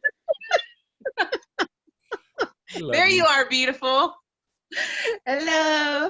Yeah, so I don't know how to put my hand like this or like this because Besos, muchos besos. Well, I actually forgot exactly what. Let me see. You said so many things now, Rhonda. I know, come on. Oh, first of all, Rhonda, thank you for reminding me that everything goes down where they're supposed to go. because now I remember that Okay, I wonder if all my things are where they supposed to be. So I'm gonna start doing these things more often. But you know, talking about I was just thinking about something. Maybe it's not different, but okay. When we were doing that, and I see my belly go out, right? Right away, I was like, oh my God, I don't like what I'm seeing, right? And made me think, and I want to comment this, made me think of how, like when we talk about the shiny objects, like when sometimes we don't do things that we know are good for us or that will help us in many kind of way, healthy wise or any other ways when we're training and everything, just because we see something that we don't like, that God probably is like related to what we're doing, but it really like take us from what we're supposed to be.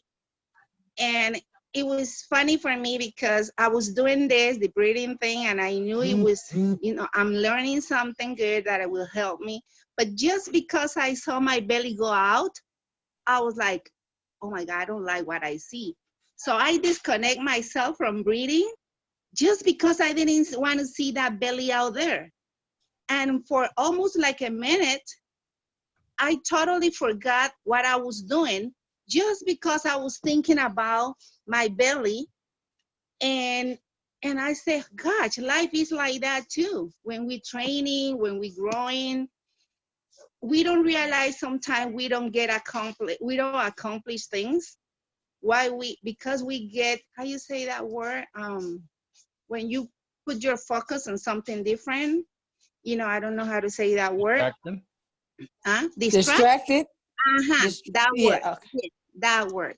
That one. Yeah, you guys paying attention. So, how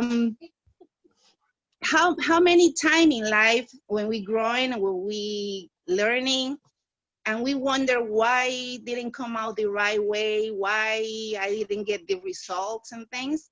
And it's just because little things like that we pay more attention to those things, that sometimes those things not even important.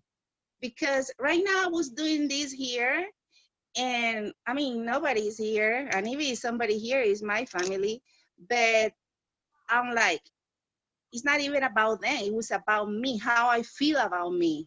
And when I saw that, I didn't like the belly, but that wasn't the point in that moment.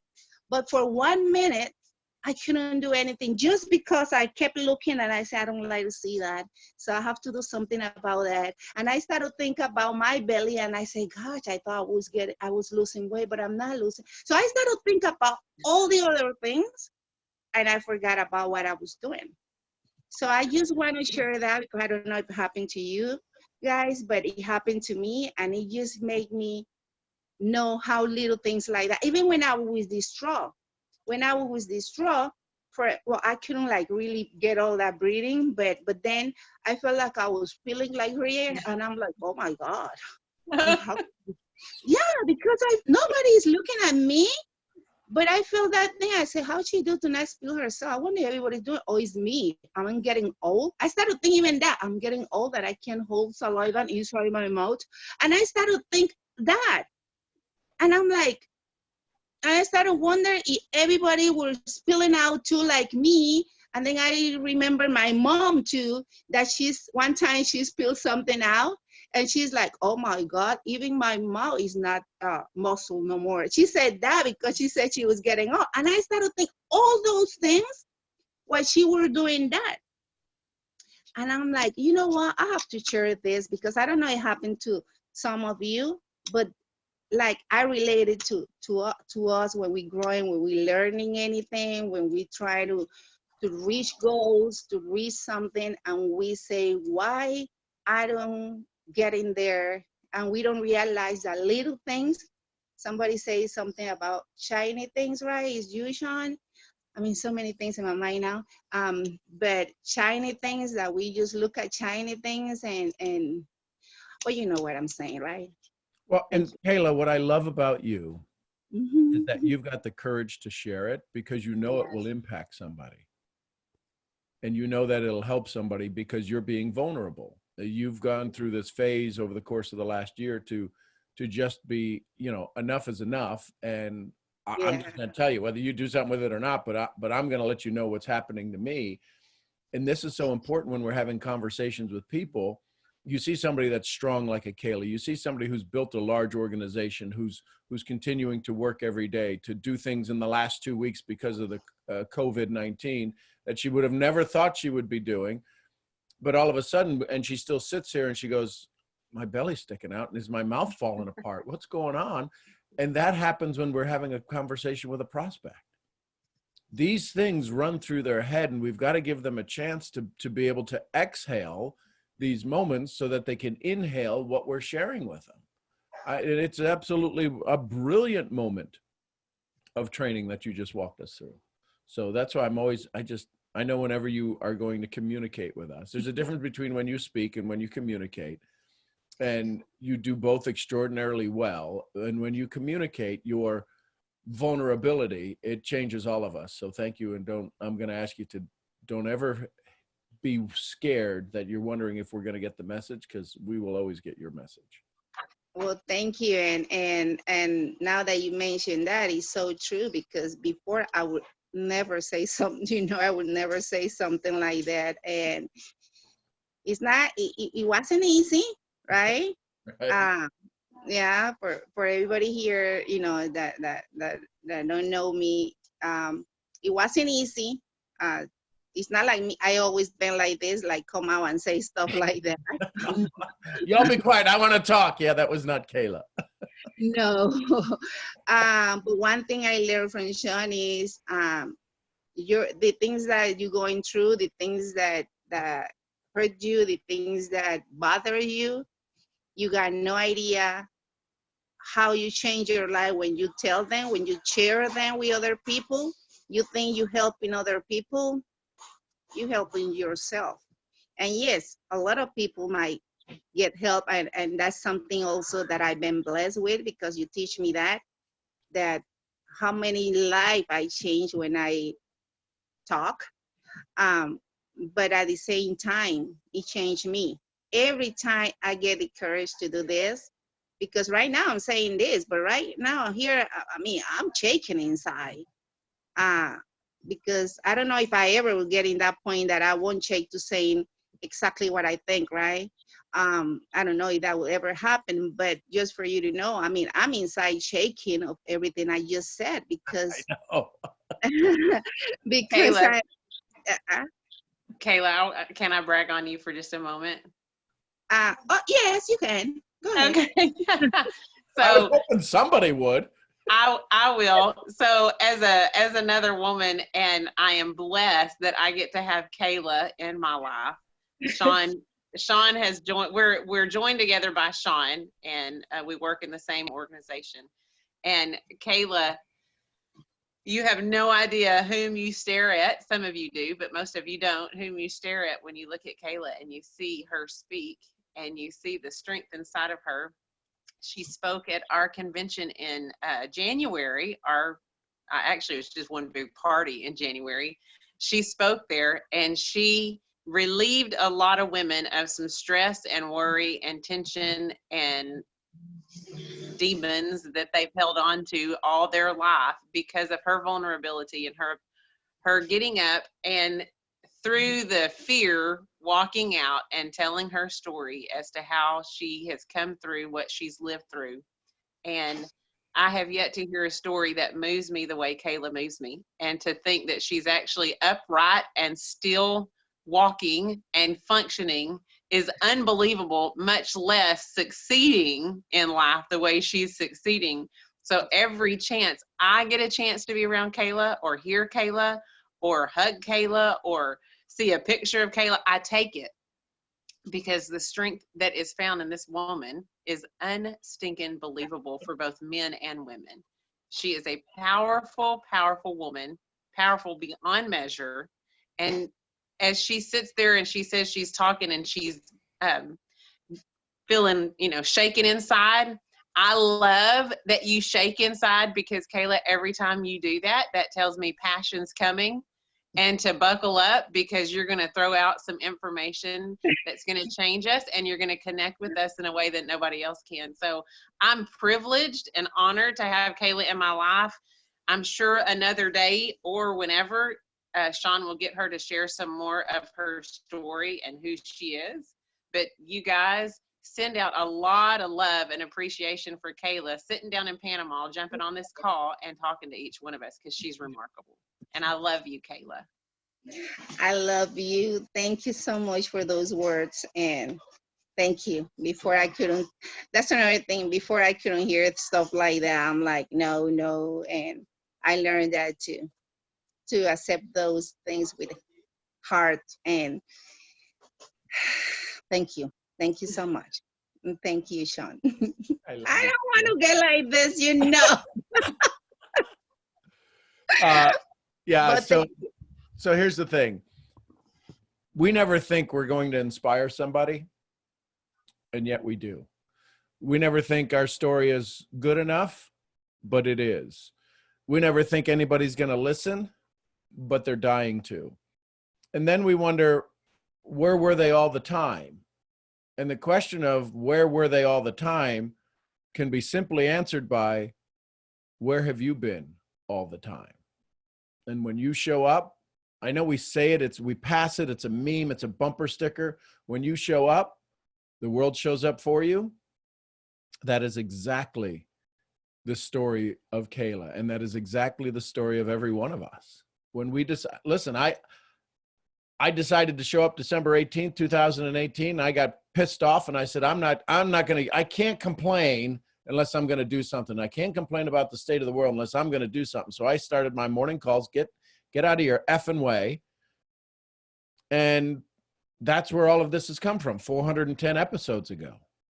It started with me shaking in my boots on a Facebook Live saying, I'm not going to take it anymore.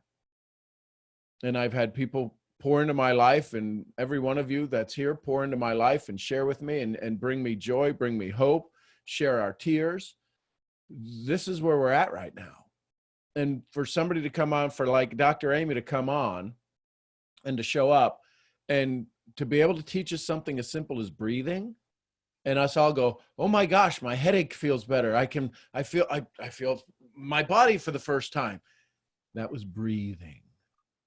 People right now. So you get to go tell these stories this morning of, I learned how to breathe. I was reminded how to breathe again.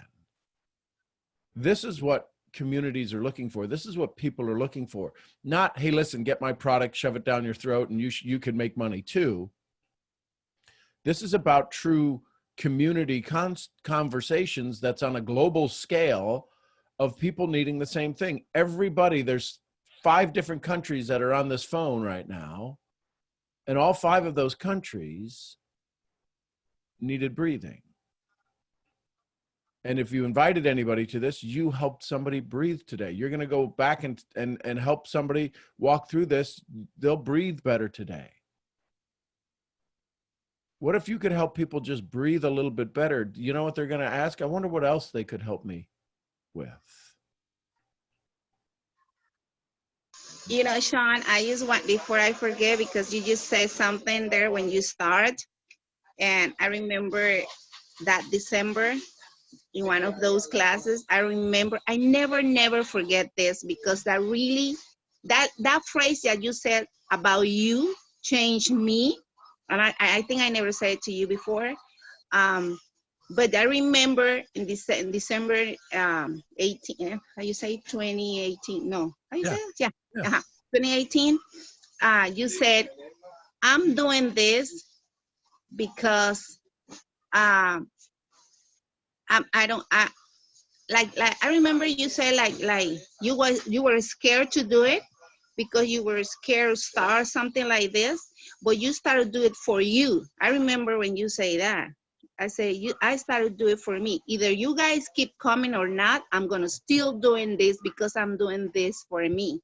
And I remember, but I know it was only like 5 or 7 of us there. and we were 10, I remember, but it wasn't compared to what is here now. Right. And I remember you said, I'm doing this because I need to do it for me. And in that moment, I said, you know what?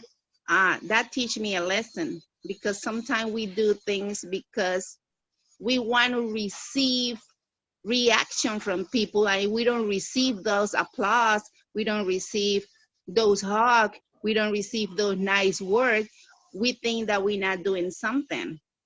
And I remember that lesson that you gave me, well, you gave us, but I took it. And from that day, I said, that's the strength I have. Like when I open a group or something, or when I do a live and only one person show, those words that you gave me there are the one who say, I don't care, it's only one person. I don't care if I talking to myself. One day, somebody's gonna listen to this, and the word and God will know what I'm doing this now, and will help the right person. Because this now is helping me. So I'm the right person right now. I'm helping me. And I know by helping me, I will help a lot of other people. And I just want you to know that, because I think I never tell you that. And that was one of your first meeting. I think it was like the second time or the third time you said that. And I didn't believe, I mean, not that I didn't believe, I couldn't believe that. Yeah, I have to play with the words in English, I know. And I couldn't believe that, because I was like, Sean Murphy saying something like that, when I saw him for the first time, like 2, 3 years ago, 4 years ago, in a stage with 5,000 people in front of him, and he talking, and he's saying this right now. I got the wrong Sean Murphy. I mean, that's what go through my mind in that moment. But then I say, gosh, sometimes we see, you know, I saw you with 5,000 people in front of you in, I think it was Ecuador, Colombia, I remember. Quito, Ecuador. Quito, Ecuador, when I never, ever thought that I'd be talking to you, right? That was something that will never happen. That's what I thought. And here we are. And you said that, and I was like, oh my God, he's human just like us. He got feelings just like us. I never thought you get nervous. I never thought you get scared. I never thought nothing like that. And I guess being the way you showing that to me, make me understand and learn that is nothing wrong to show ourselves how we are, what we feel, because there is a lot of people out there. So thank you, Sean. And I needed to share this with everybody, because I think it was important. I will help someone. Well, Kayla, I appreciate that. Thank you. And I did this, you know, Jeff Altgivers, he's with For Life, 700,000 people in his organization. We were on this show called Unblinded, and we did this influence off, and we had to prospect each other, and we could be, you know, we had 15 minutes to go from hello to yes. And so he's got a huge group, 30 plus years in the profession. We're friends, but they said, okay, we're going to start the clock now, and you go from a hello, and we had to play he played a prospect and I played the presenter. And I got to tell you, that's been the most nervous I've been, right in front of your peers, because we've never prospected each other or tried to prospect each other. So even as of last week, Tuesday, I guess it was, Tuesday, I was shaking inside like a leaf. And I called Jeff up afterwards. I go, what did we just do? Because we're friends. I mean, I call him. I got his phone number. I said, what was that? He goes, dude, I don't know what it was. He said, but I'm glad it was you. I said, I couldn't have been happier than to have you. He said, and I got nervous too, because we had this guy who was going to critique our presentations, right? And that's, I think, the thing that we all get nervous about is who's going to critique it. It's not what we say, it's what we say about, it's what we think they say about us when they leave. So yeah, it still happens. I was literally like this. I told Jeff, while we were on the thing, I go, I'm shaking right now. I don't know what just happened. So I appreciate you saying that. That again gives me courage, and I love you and love everything that you continue to do. I love that you're in my life. I love that I get to play a small part in your life. Like Jim Rohn said, a little bit of you always goes with me, and I always hope a little bit of me goes with you. So thank you, my love. Sean, can I put this together for everybody that doesn't necessarily know you and Kayla and the connection there? Sure. So let me just tell y'all, we get on this phone call every morning and we show up and we listen to Sean and we learn from him. And then we have a phone call like this. This was going to show you exactly who Sean is. So you see Kayla, and Kayla's story 18 months ago, the house that you saw in the background was a mud floor and just wood walls and whatever kind of roof that could keep the rain out. And that's all she had. She didn't have beds for her children. This is 18 months ago. And here Sean is. He's got all this amazing knowledge, and we, almost idolize him because of how amazing he is, and rightly so. And Sean has a moment in life where life throws him a curveball, and he gets tired of being sick and tired, and so he decides to muster up his courage that he knows inside that is inside of him, and he starts these phone calls, whether anybody shows up or not. Like Kayla said, he did it for himself because he knew he had to do something to get his mind out of the rut. And because of how he's loved on people and how he's taken care of people in their lives, whether they've worked with him or not. Kayla met him years ago, not 1 year, years ago, and fell in love with him because he puts his heart out there, and he loves you whether you are lovable or not. He's still going to love you. And now you fast forward to today, Sean is helping Kayla, and it's more Kayla helping Sean actually. And she is part of one of 30,000 people in Latin America that work together to build an organization of love and of help. And it was recently, within the past year, that Kayla now has tile on her floor. She got happy with tile. She put it on her walls. She got her babies each their own bed. She has TVs in her house for her children. She can provide food daily for her children. And she is going out with courage that she never had before and helping other people in the same situation make things happen because she's learned to love herself through the love Sean extended to her. And he allowed her to borrow his courage and his bravery and his love and use it in her own life and in her own heart and in her own family.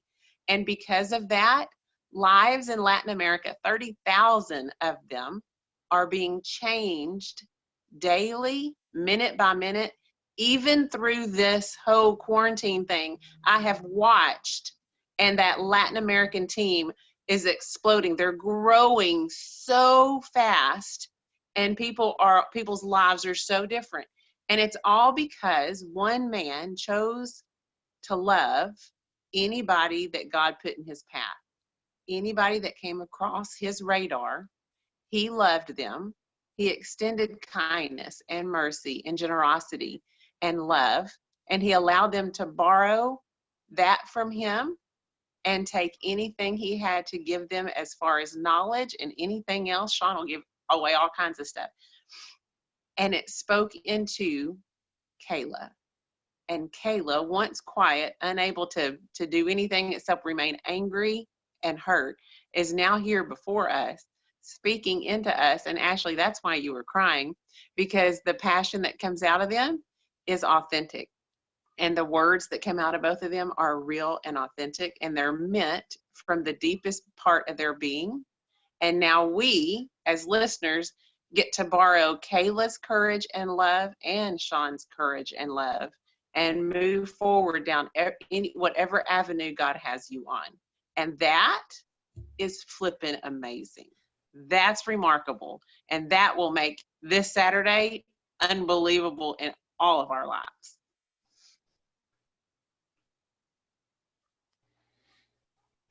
Thank you, Rhonda. I love y'all. We get to do this. Stacy, you got your hand up. I do. Can everyone hear me? Yes. Okay, great. Thank you, Sean, for providing this platform for us. Like, you are really saving lives out here. And I'm learning how not to only save my life, but my child's life better, but to help other people that I don't even know and help them too. But what really sticks out to me is, Haley, thank you so much for being vulnerable and speaking out and being brave enough and to relate to you on some levels. I feel like I just really, it has me shaken inside because bravery is amazing, and thank you, and I want some of that. So I want to borrow some from you. But Sean, when we got on this call today with Amy, something that first that you had said that has stuck with me this whole call, what Amy had brought out, that we called to give the diagram a chance. And I met you on the first of this year, thanks to, introducing me to you. But I felt like I have stopped and started so many times, and I don't understand why I cannot progress. But that line really stuck out to me, Sean, that you called to give the diagram a chance to reshape, and I feel like I'm appreciating the call.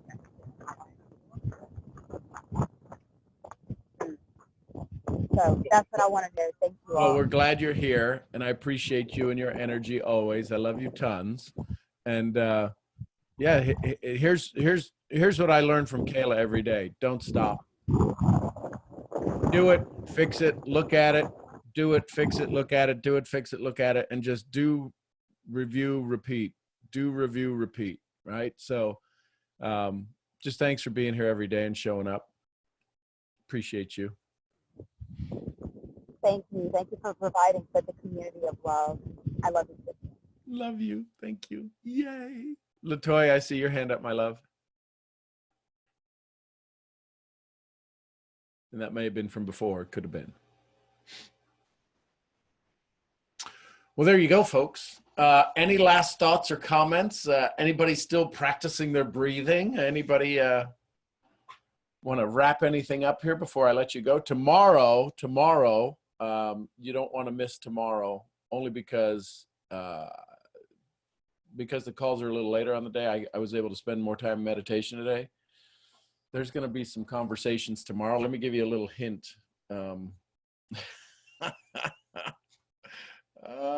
I so loved Amy's conversation today. But what about this?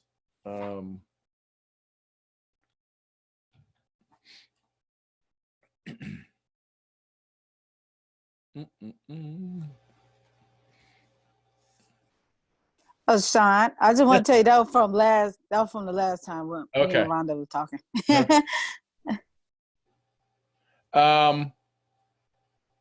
What formulas in your life have confirmed your theory of your life?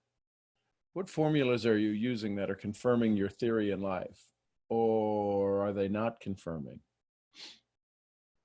What's one of the collection points of data in your life that caused the current situation? Yeah, tomorrow's gonna be deep. Bring a pillow.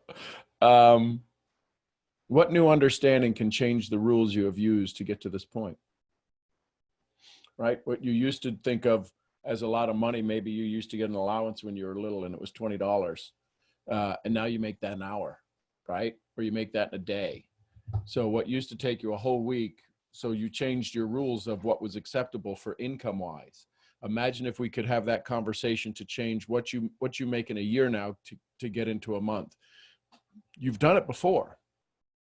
What you used to make in a month of $5 a week salary, you now do in a day. So if that transition was possible, right, as Jim Rohn said, bring more value to the world, right? That you get paid for value in the world. What would happen if we took all of a sudden we took your annual income? We just had you do it in 6 months. What if we could just do that? Take your annual income and now teach you how to do it in 6 months. There's going to be some new rules you need to think of, new rules you need to become aware of, the way you collect your data that creates those rules. Those are kind of the things we're going to talk about tomorrow. So feel free to invite somebody.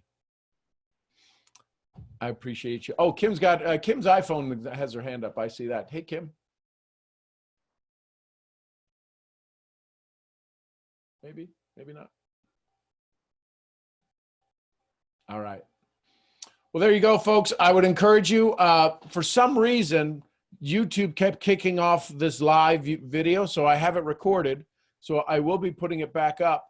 I'll have to download it and put it back up into YouTube, but it won't be under the live section, but it'll be under today so that you can go back and watch that breathing and refer to it. Make sure you go to Dr. Amy's website, the PABI. Sean, it's Kim. I think I had got cut off. Okay, hey, there you go, Kim. Go I'm ahead. so sorry. It's been so much for me to get my hand raised to you, like the devil is really on my neck. I'm so serious. You here now? Okay, I just wanted to thank everybody. Like I came to you through Neno, and I love him so much. Like he just really inspires me to be so young, and I really want to say I love the diversity of this, because as a Black woman, you know, we are trained to think a certain way about certain things, and I just love it, and it's really opening my mind. And then when Kayla got on there talking about how her belly distracted her, I didn't even get to finish listening to the doctor because my fiance called me, and I felt obligated to answer the phone call, and then it turned out to be about nothing. So I'm like, I just got off the phone with him and got back on with you guys. And then Rhonda was talking, and the Cheryl, I think her name was talking. And then even when Rhonda told Kayla's story, I was like, oh, well, my story's not that bad. But I said, you know what? I'm just going to let y'all know I'm fighting so hard. I'm fighting so hard to get out of all of this. And self-development is so serious, I never even realized. So I just want to thank you guys. I just wanted to share just to get that out. And I appreciate everybody, and I love you guys. Thank you so much. Well, I appreciate Love you, Kim. Love you. I appreciate you so much. And Rhonda, listen, on that note, would you say a prayer over Kim and over all of us to wrap this up? Oh, I'd love to. Okay, hang on. I want to get back here to where I can. Okay. All right, let's pray. Heavenly Father, thank you for today. Thank you for breath in our lungs. Thank you that we're all here. Thank you for Dr. Amy and how she is giving us a tool to utilize the body that you've given us in a better way. Everything we learn, help us to turn it around and help others and to glorify you and send people back to you, the true life source. Father, I pray a special prayer over Kim right now. Whatever's trying to attack her, I stand in the spiritual realm, and I say in the name of Jesus Christ, I stand in your authority. You must leave my sister alone. You have no power or authority over her life, over her thoughts, over her dreams, and over her home, her car, or anywhere she goes. Father, I thank you that we have your authority. I thank you that I can stand in the gap for her when she can't stand for herself, and that we can protect each other, and we can hold each other strong, and we can hold at bay the enemy that tries to ruin us and overrun us. Father, thank you that you are all, know all, see all, have all. You're everything we need. Thank you for this platform. Thank you for Sean. Thank you that he is listening to you and providing to us everything we need to become who you made us and what you already put inside of us. Father, as we go through the rest of the day, keep anxiety and fear at bay. Give us your peace that surpasses all understanding, and help us spread that to everybody we see. And whether it's on social media or out our windows, let us send your love and your grace and your peace. And we will give you all the glory and all the honor in the precious name of Jesus Christ. Amen. Amen. Amen. Amen. So my daughter says Amen. after we pray, my Amen. daughter always goes, amen. So that's just funny. Amen. Have a great day. I love y'all. Rhonda, before you go, what was the name of the midwife? Anna Mae Gaskin. Anna. I-N-A, Anna Mae Gaskin. There you go. So Google. even if you were to just Google famous midwives in America, you'll find Anna Mae Gaskin. Amazing, amazing woman. Amazing. Love you I all. will We'll see warn same you. bad time tomorrow. What? Okay. No, I was just going to say, if you have children around and you look up Anna Mae Gaskin, some of the techniques she uses, be aware of the photos that we'll show, because it's a lot of information. And there you go. PG, baby. All right. I'm Sean Murphy, founder of Mental Profits. I'll see y'all where? at the next event. Y'all send some love to each other. I love Love you, my y'all. Misfit family. Everybody have Love a y'all. blessed Take day. care. Great day. You all have a wonderful Pleasant day. day, everybody. Bye, Day. Love you, Rob. Misfit magic. Go Love spread y'all. it. Thanks. Lots of Great love. day. Love you guys. Love y'all. Love y'all. Have a great day.